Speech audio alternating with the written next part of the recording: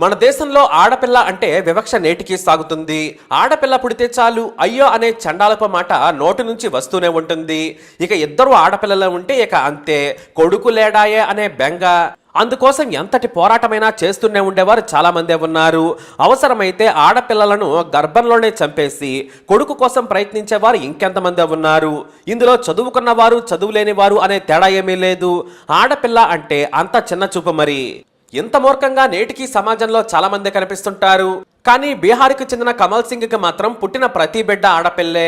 అయినా సరే నాకు లక్ష్మీదేవి పుట్టింది, దుర్గమ్మ వచ్చింది, సరస్వతీదేవే నా ఇంటికి వచ్చిందని మురిసిపోయేవారు ఆయన. మొత్తం 9 మంది సంతానం, అందులో 8 మంది ఆడపిల్లలు, ఒక కొడుకు మాత్రం చివరిగా పుట్టాడు.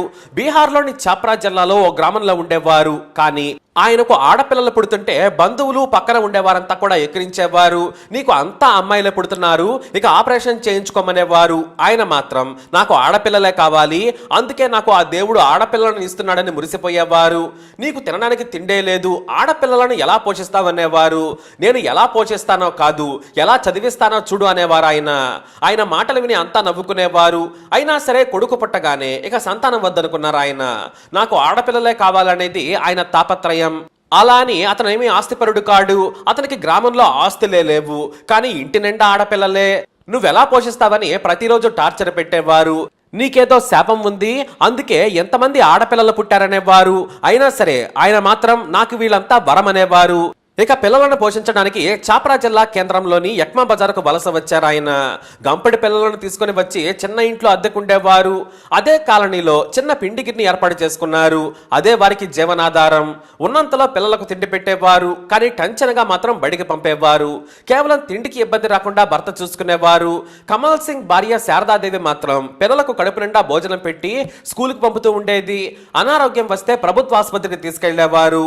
అయితే పిల్లలు పెద్దవుతుంటే ఇక పెళ్లి చేసేయి, చివరి కూతురు పెళ్లి చేసేసరికి నీకు వయసు కూడా అయిపోతుంది, తొందరగా పెళ్లి చేయమని అందరూ పోరు పెట్టడం మొదలు పెట్టారు. అయినా కూడా కమల్ సింగ్ తన పిల్లలను బాగా చదువుకోవాలని చెప్పేవారు. పెద్ద కూతురు సశస్త్ర సేమాబాల్ చదువులో చాలా చురుకు. అయితే ఆమె ఉన్నత చదువులు చదవాలనుకుంది, కానీ తండ్రికి భారం అవుతానని భయపడింది. ఆ వెంటనే తండ్రికి తోడుగా ఉండాలి, నా చెల్లెళ్ళు మంచి దారిలో నడవాలి అనుకుంది. అలా కావాలంటే కష్టపడి చదవాలనుకుంది సశస్త్ర. దీంతో 2006లో స్పెషల్ బ్రాంచ్ పోలీస్ కానిస్టేబుల్స్ కోసం ఉద్యోగాల నోటిఫికేషన్ పడింది. ఆ పరీక్షలకు రోజు నిద్రలేని రాత్రులు గడుపుతూ దగ్గరలోని స్కూల్ గ్రౌండ్ లో రోజు ఉదయం 4 గంటల నుంచి 6 గంటల వరకు ఎక్సర్సైజులు చేస్తూ కఠోర శ్రమ చేసింది. ఇక చదువులో చాలా యాక్టివ్ గా ఉండడంతో సులభంగా పరీక్షలో ఉత్తీర్ణురాలైంది. మార్కుల్లో స్టేట్ లోనే టాప్ 9లో ఉంది. ఆ తర్వాత ఫిజికల్ టెస్టుల్లో కూడా రాణించి ప్రభుత్వ ఉద్యోగం సంపాదించింది.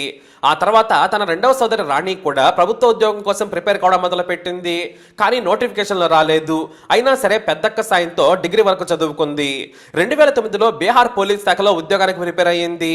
ఎస్ఐగా కొద్దిలో ఉద్యోగం మిస్ అయింది, కానీ కానిస్టేబుల్ జాబ్ వచ్చింది. అయితే వీరిద్దరూ కూడా పోలీస్ కానిస్టేబుల్ పరీక్షలను సులభంగా క్రాక్ చేయడంలో మంచి పట్టు సాధించారు సశస్త్ర రాణి. ఎలాంటి ప్రశ్నలు అడుగుతున్నారు, ఎలా చదివితే పరీక్ష పాస్ కావచ్చో గట్టిగా పట్టు సాధించి తర్వాత చెల్లెలను కూడా సిద్ధం చేసేశారు. అంతేకాదు సిఆర్పిఎఫ్ నుంచి స్టేట్ లోకల్ పోలీస్ వరకు ఎక్కడ నోటిఫికేషన్ పడ్డా చెల్లెలను చదివించడం మొదలు పెట్టారు. అలా ఒక్కొక్కరు మొత్తం 7 ప్రభుత్వ పోలీసు ఉద్యోగాలను సంపాదించారు. ఈ పోలీస్ సిస్టర్స్ ను చూసి బంధువులంతా షాక్ అయ్యారు. 3 అమ్మాయిల పెళ్లిళ్లు కూడా అయిపోయాయి. కానీ తమ తండ్రి ఇంకా పిండిగిన్నెలో కాలం వెళ్లదీస్తుంటే వారు చూడలేకపోయారు. తన శక్తికి మించి తమను చదివించిన నాన్నను సుఖపెట్టాలనుకున్నారు. అందరూ కలిసి తమ జీతంలో కొంత డబ్బును పోగేసి అదే ఛాప్రాలో ఒక ఇంటిని కొనుగోలు చేసి దానిని అధునాతనంగా తీర్చిదిద్దారు. మొత్తం 4 అంతస్తుల భవనం నిర్మించి ఇచ్చారు. ఇక మొదటి అంతస్తులో నాన్న కోసం 3 బెడ్రూమ్ల ఇల్లు అందంగా తీర్చిదిద్దారు. మంచి టీవీ, సోఫా, బెడ్ ఏర్పాటు చేసి ఏసీ కూడా బిగించారు. ఇక ఎవరి కోసం చేయి చాచకుండా నెలకు 20,000 రూపాయలు అద్దె వచ్చేలా సెట్ చేశారు.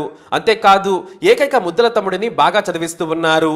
ప్రభుత్వ ఉద్యోగం కోసం ప్రిపేర్ అయ్యేలా ప్రోత్సహిస్తున్నారు. తన అక్కలే తనకు స్ఫూర్తి. ఇంత మంచి అక్కలకు తమ్ముడుగా పుట్టడం నా అదృష్టం. నన్ను ఎంతో ప్రేమగా చూసుకుంటారు. ఎవరికి ఫోన్ చేసినా సరే ప్రేమతో మాట్లాడతారు. డబ్బులేమైనా కావాలని అడుగుతారు, కానీ వారి నుంచి నేను తీసుకోను. మా అక్కల సంతోషమే నాకు ముఖ్యమంటాడు వారి తమ్ముడు. అయితే బయట చాలా మంది కూడా నీకు ఉన్న అక్కలకి నీ ఆస్తి మొత్తం పంచిచ్చేసినా నీకు రూపాయి కూడా మిగలదనేవారట. కానీ వారే నాకు తిరిగిస్తున్నారని ఎంతో సంతోషంగా చెబుతున్నాడు తమ్ముడు. నా నుంచి వారు ఏమీ ఆశించరని చెబుతున్నాడు. ఇక తండ్రి విషయానికి వస్తే తమ కూతుళ్ల గొప్పదనం చూడమని తన బంధువులకి ఫోన్ చేసి మరీ చెబుతుండేవారు కమల్ సింగ్ శారదాదేవి దంపతులు. అలా ఒకే ఇంట్లో 7గురిని పోలీసులను చేశారు కమల్ సింగ్. నిజంగానే వారు పుట్టినప్పుడు ధనలక్ష్మి, సరస్వతి అంటూ పేర్లు పెట్టుకొని మురిసిపోయారు ఆయన. నిజంగానే అదృష్ట దేవతల్లా కనిపిస్తున్నారని చెప్పుకొని ఎమోషనల్ అవుతూ ఉంటారు కమల్ సింగ్. మొత్తం 8 మంది కుమార్తెలు, అందులో 7గురు పోలీసులు, SSB, GRP, Bihar police, CRPF అలాగే ఎక్సైజ్ పోలీసులో చేరడం ద్వారా తమ తండ్రికి గర్వకారణంగా నిలిచారు. అయితే మరి 8వ కూతురు ఏం చేస్తుంది అనే కదా. కమల్ సింగ్ 8వ కూతురు చనిపోయింది.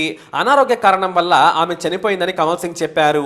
ఆమె గురించి ఎంతో బాధపడుతూ ఉంటారు. కొడుకు ఎప్పుడైతే పుట్టాడో ఆ రోజుతోనే పిల్లలను కనడం ఆపేశారు ఆయన. ఎందుకంటే కొడుకు పుట్టినందుకు కాదు, మరో కొడుకు ఎక్కడ పుడతాడోనని. అలా ఆడపిల్లలు పుట్టడం ఆగే వరకు కూడా ఆయన ఆడపిల్లలనే కన్నారు. వారు ఇప్పుడు ప్రయోజకులయ్యారు. ఆ కుటుంబానికి అండగా నిలిచారు. మరి కంటే కూతురునే కనాలి, ఇది నిజమే కదా? ఖచ్చితంగా నిజమే. ఎందుకంటే ఒకే ఇంట్లో ఒక 8 మంది మగ పిల్లలు ఉంటే ఊహించుకోండి, ఖచ్చితంగా ఆ ఇల్లు బేటలు వారుతుంది. మరి మీరేమంటారు? మీ అభిప్రాయాన్ని కమెంట్ ద్వారా తెలియజేయండి. ఈ వీడియో అప్డేట్స్ కోసం మా ఛానల్ ఫాలో ఉండాలని తప్పకుండా సబ్స్క్రైబ్ చేసుకోండి.